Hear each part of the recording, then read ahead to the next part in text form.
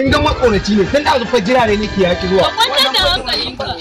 No. ina yake shine na Shine wuri. shine kai da alamu baka san waye ni a garin gaba kenan ko da alamu baka san waye ni a garin gaba ko yarinya ta zaka ce wata rabu da ni dan shaye ne yarinya ta zaka zo garin dama mutum 49 na kashe ina neman na 50 ina gani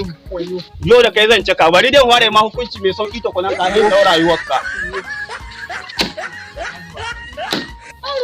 canye min wannan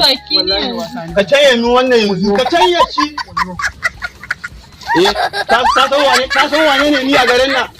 wannan yariya da kake gani rayuwa ta ce da ni da ita kai ko mutuwa ba ta shi raba mu ba ko mutuwa an ta gane mu tsoro take ji balle dan adam ka shiga taitayinka